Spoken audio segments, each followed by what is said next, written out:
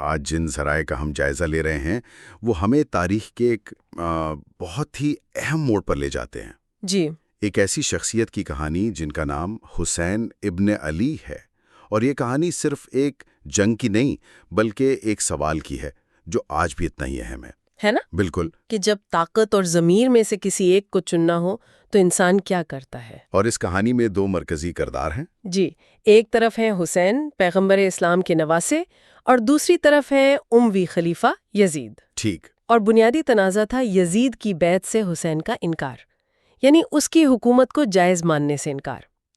حسین کے لیے یہ صرف ایک سیاسی فیصلہ نہیں تھا، مطلب یہ ایک گہرا اخلاقی فیصلہ تھا۔ تو آئیے حسین کی شخصیت کو تھوڑا سمجھتے ہیں، کیونکہ ان کا انکار ان کی ذات سے جڑا تھا۔ جی بالکل، وہ پیغمبر کے گھرانے سے تھے، ان کی بیٹی فاطمہ اور داماد علی کے بیٹے تھے۔ پیغمبر کی ایک مشہور حدیث بھی ہے، حسین مجھ سے ہے اور میں حسین سے ہوں۔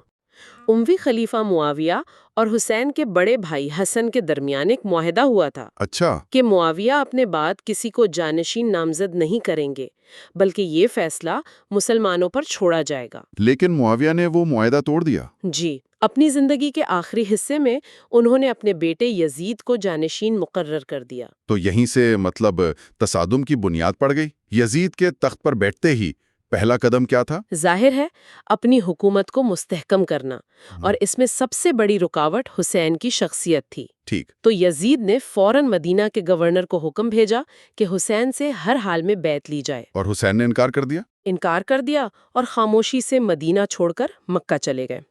اسی دوران کوفہ کے لوگوں نے سینکڑوں خط لکھ کر انہیں اپنی حمایت کا یقین دلایا۔ یہ بات ہمیشہ مجھے سوچنے پہ مجبور کرتی ہے، کیا یہ لوگ واقعی مخلص تھے؟ دیکھیں، بظاہر ان کی اکثریت مخلص تھی، لیکن وہ سیاسی طور پر بہت کمزور اور غیر منظم تھے۔ یزید کے نئے گورنر عبید اللہ ابن زیاد نے کوفہ پہنچ کر ایک خوف کی فضا قائم کر دی۔ اچھا۔ اس نے سب کو ڈرایا دھمکایا اور حسین کے قاصد مسلم ابن عقیل کو پکڑ کر قتل کر دیا۔ اور حسین جو اپنے خاندان اور کچھ بہتر ساتھیوں کے ساتھ کوفہ کی طرف سفر کر رہے تھے، وہ اس سب سے بے خبر تھے؟ جی بالکل، جب وہ کربلا کے آپ کہہ سکتی ہیں ویران میدان تک پہنچے تو یزید کی ہزاروں کی فوج نے ان کا راستہ روک لیا۔ اور صرف روکا نہیں؟ جی نہیں، ان پر فرات دریا کا پانی بھی بند کر دیا 3 دن تک۔ 3 دن؟ اور پھر 10 محرم جسے عاشورہ کا دن کہتے ہیں، ایک جنگ شروع ہوئی جو دراصل ایک قتل عام تھا۔ حسین کے تمام مرد ذاتی، ان کے بیٹے بھتیجے سب ایک ایک کر کے مارے گئے۔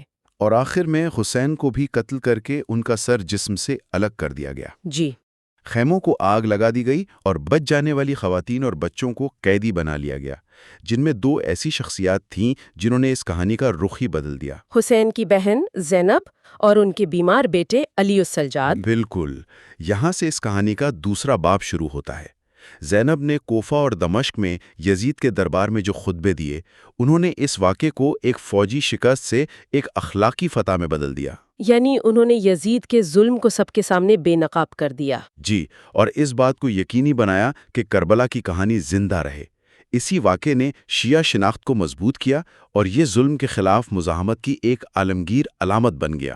تمہارے ذرائع میں ایک بہت دلچسپ نکتہ یہ بھی ہے کہ اس واقعے کی سب سے مشہور تاریخ ابو مخنف کی کتاب مقتل الحسین، اس کے بارے میں کچھ علماء کا خیال ہے کہ اس کا جو آج کا نسخہ ہے وہ شاید مکمل طور پر مستند نہیں ہے۔ یہ ایک بہت اہم بحث ہے۔ تو اس کا کیا مطلب ہے پھر؟ اس کا مطلب یہ ہے کہ ابتدائی مورخین جیسے الطبری ہمیں زیادہ حقائق پر مبنی تفصیلات دیتے ہیں، جبکہ مشہور مقتل میں جذباتی تفصیلات کا اضافہ ہے جو شاید 100% تاریخی نہ ہوں، لیکن انہی تفصیلات نے اس کہانی کو لوگوں کے دلوں میں زندہ رکھا ہے۔ اچھا، تو بنیادی پیغام وہی رہتا ہے؟ بالکل، بنیادی پیغام ظلم کے خلاف کھڑا ہونا وہی رہتا ہے، لیکن کہانی سنانے کا انداز اس کی طاقت کی وجہ بن جاتا ہے۔ تو خلاصہ یہ ہے کہ حسین کا موقف اقتدار کے لیے نہیں تھا، بلکہ انصاف اور انسانی وقار جیسے اصولوں کے لیے تھا۔ یہ ایک ایسی میراث ہے جو کسی ایک گروہ تک محدود نہیں۔ اور اسی سے جڑا ایک آخری خیال ہمارے سننے والوں کے لیے ہے۔